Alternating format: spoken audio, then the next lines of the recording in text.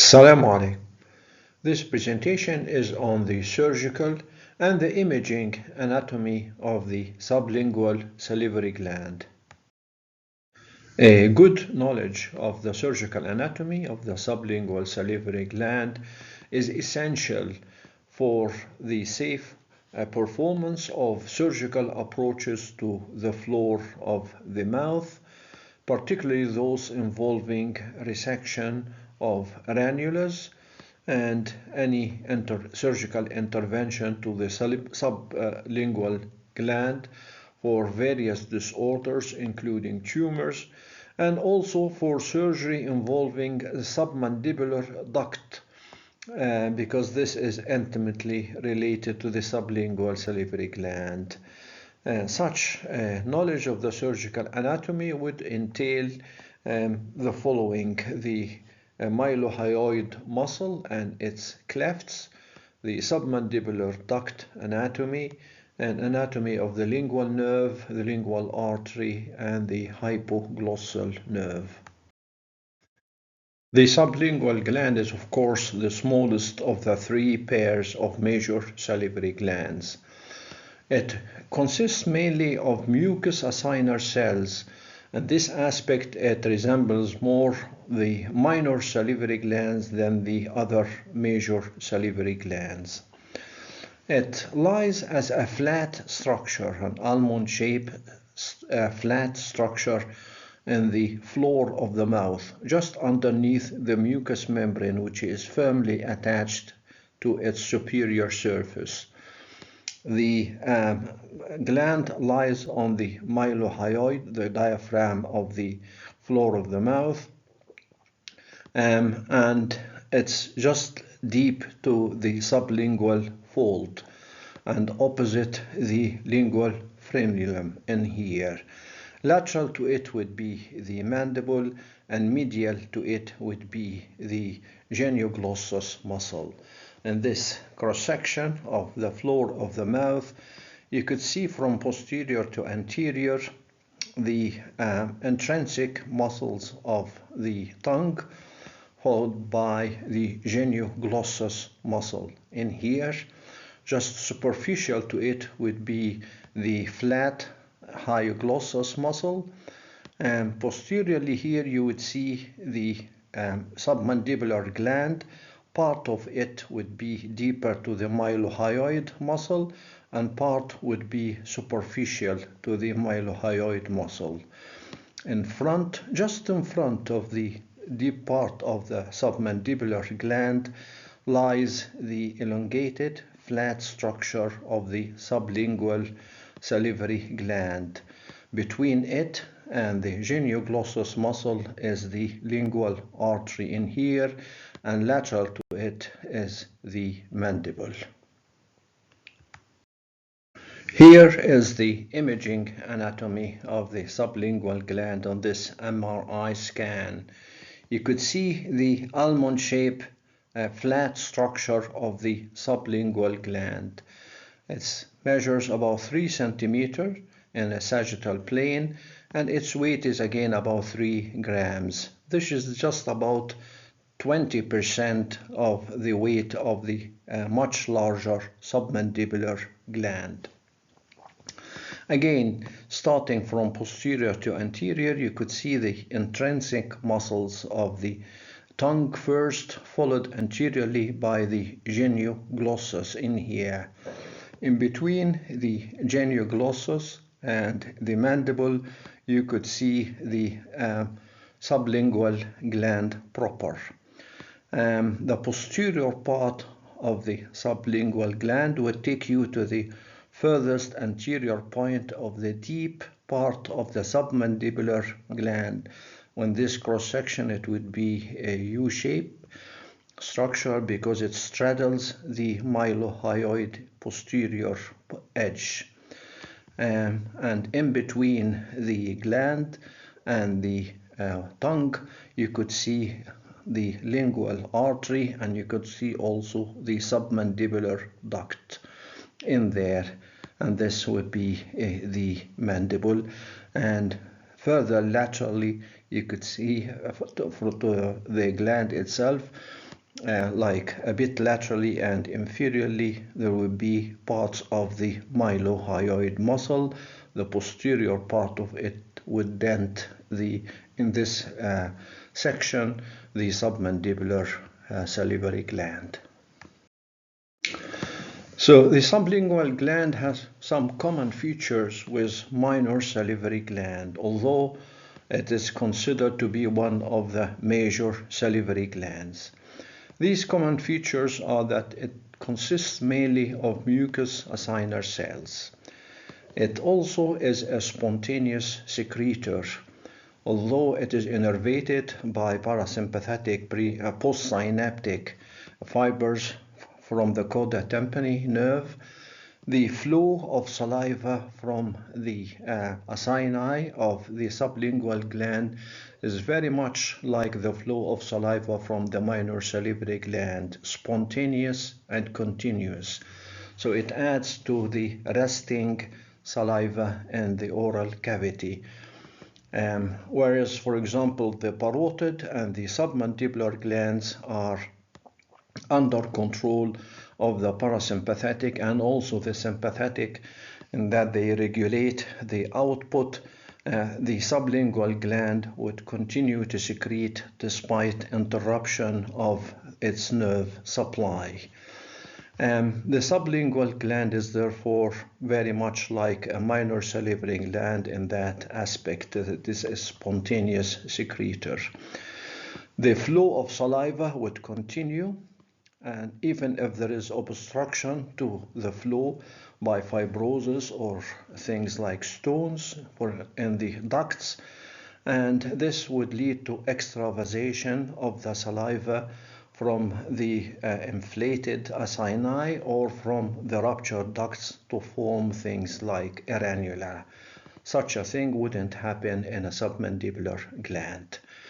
The other feature of the sublingual gland, which resembles a minor salivary, is that it does not have a true capsule. There is no true fascia capsules surrounding the gland. It's covered by mucous membrane almost directly. The sublingual gland consists of two parts: a lesser sublingual gland, which is actually formed of somewhere between 15 and 20 smaller glands, vertically oriented, like tubes, vertically oriented, each ends with a minor duct, and these ducts open directly through the mucosa of the oral cavity into the floor of the mouth. This part of the gland is called the lesser sublingual gland. It's always present in all individuals.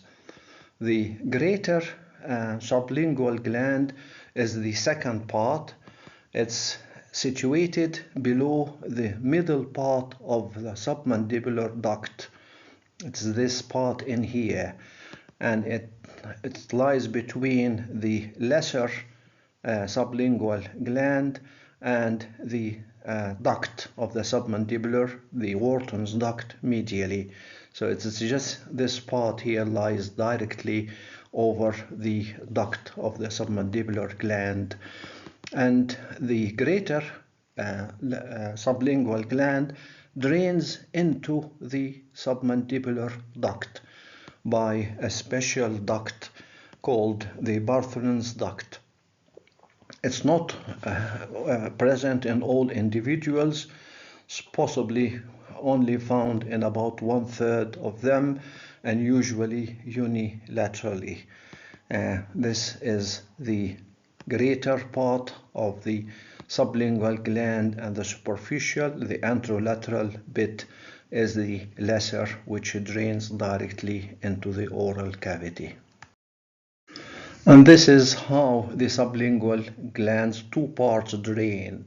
The lesser sublingual glands drain via these vertical minor ducts into the oral cavity through openings into the mucosa.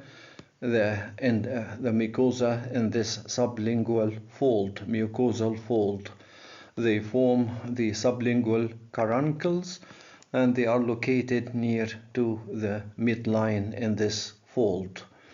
The greater sublingual gland, this part that is inferior to the submandibular duct middle third, drains in one single duct.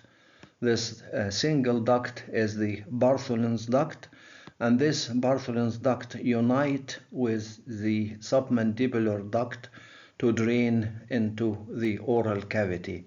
Sometimes it drains separately, but usually it joins the submandibular duct to drain into the oral cavity via the opening of the Wharton's duct.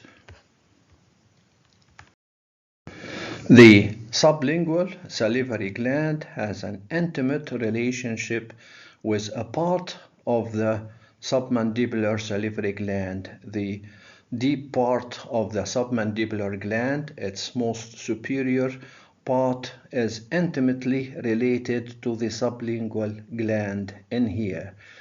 You could see that they are only separated by thin areolar tissue, but they are almost touching each other, and they can be only differentiated histologically in specimens containing the two.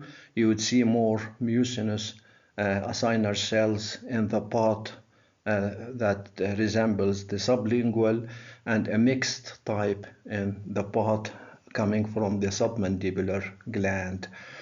So this is the intimate relation between the acinar part of the uncinate part of the process of the submandibular gland and the sublingual gland. Sometimes it can be difficult to detect whether a certain tumor or a lesion is originating from one or the other salivary gland. The mylohyoid muscle is the diaphragm of the floor of the mouth. It separates the sublingual compartment containing the sublingual salivary gland from the submandibular compartment. The sublingual compartment will be superficial and medial, while the submandibular compartment will be posterior and deep. But there is a connection between these two spaces at the posterior edge of the mylohyoid muscle. This is the mylohyoid muscle, posterior edge here. You could see there is nothing that prevents communication between the uncinate process of the deep part of the submandibular gland and the rest of the sublingual gland. Through this communication, infections like pus or discharge or ranulas can communicate easily. To add to this, there is always about up to 77% of cadavers, you could see some clefts, some openings or hiatuses in the mylohyoid muscle. This allows the sublingual gland to herniate through the floor of the mouth to lie outside the sublingual space. You could see such a hiatus in here. This is filled with the sublingual herniation, but sometimes it can be filled with fat. This is the submandibular gland, this is the mylohyoid gland, and this is the sublingual salivary gland. So there is a free communication between the two spaces posteriorly at the posterior edge of the mylohyoid, and there may be also communication through the clefts into the mylohyoid muscle, which is present in up to 3/4 of the individuals, and it can be filled with fat or a herniated gland, or it can be unilateral or it can be bilateral.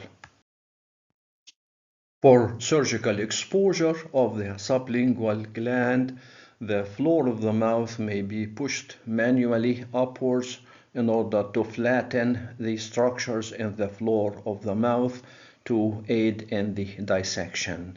The mucosa of the floor of the mouth, rather than being just incised, will be, you'd have an elliptical excision of the mucosa overlying the sublingual gland.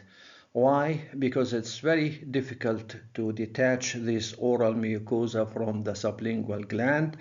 It's firmly attached to it, and it is perforated like 15 to 20 times with these minor salivary glands ducts. So it's better just to excise this part of the mucosa in order to gain exposure to the floor of the mouth structures. You could see here the submandibular duct, and you could see here the lingual nerve. These should be identified very early in the exposure and isolated and protected. The drainage of the sublingual gland into the Wharton's duct is also of surgical importance. If the gland is to be excised, this drainage has to be sealed, otherwise there will be a hole in the salivary gland duct, or the Wharton's duct, or else the Wharton's duct would have to be marsupialized and through a separate incision in the floor of the mouth mucosa and brought about from there. In this scan, you could see the Wharton's duct coming from the deep part of the submandibular gland. It's filled with saliva, and it passes deeper to the sublingual gland. In the middle part of the duct, the greater sublingual gland may join the drainage through a Bartholin's duct as well. So this is the Wharton's duct in there, this white structure lying on the hyoglossus and deep to the mylohyoid muscles. It's about 4 to 5 centimeters long, and it is lies on the hyoglossus but deep to the mylohyoids and empties in the anterior part of the mouth, just behind the lower incisors near the midline. And now to the sublingual gland neural connections. The parasympathetic presynaptic fibers carrying the secretomotor fibers from the facial nerve, part of the facial nerve, the nervus intermedius, will be carried by the coda tympani in the middle ear and then exit the middle ear through the petrotympanic fissure to the infratemporal fossa to synapse in the submandibular ganglia. The postganglionic fibers from the submandibular ganglia will join the lingual nerve to supply the sublingual gland. These are the parasympathetic secretomotor fibers. The sympathetic fibers would reach the gland together with branches from the facial artery, covering the branches of the facial artery from the cervical ganglia of the sympathetic system. Lingual nerve, which lies in intimate relation to the sublingual gland, is a branch of the mandibular division of the trigeminal nerve. It passes into the oral cavity between the ramus of the mandible and the pterygoid muscle, the medial pterygoid muscle, and enter just behind the lower third molar in here. And then it runs across the oral cavity superficial to the hypoglossal, to the hypoglossal muscle along the floor of the mouth, just under the mucosa in a submucosal plane. Supplies the general sensation and taste for the anterior 2/3 of the tongue, and also it carries the postsynaptic fibers to the sublingual salivary gland, the parasympathetic postsynaptic fibers as well. The blood supply to the sublingual gland comes from branches from the lingual and the facial arteries. It is the submental branch of the lingual artery that supplies it in here. You can see the lingual artery in here, and it has a submental branch that supplies the gland, and also it receives branches from the sublingual branches of the facial artery. Venous drainage parallels the arterial supply and drains into the anterior facial vein, and the lymphatics would go to the submandibular lymph nodes. By this, we come to the end of this short presentation on the surgical anatomy of the sublingual salivary gland. Assalamu alaikum.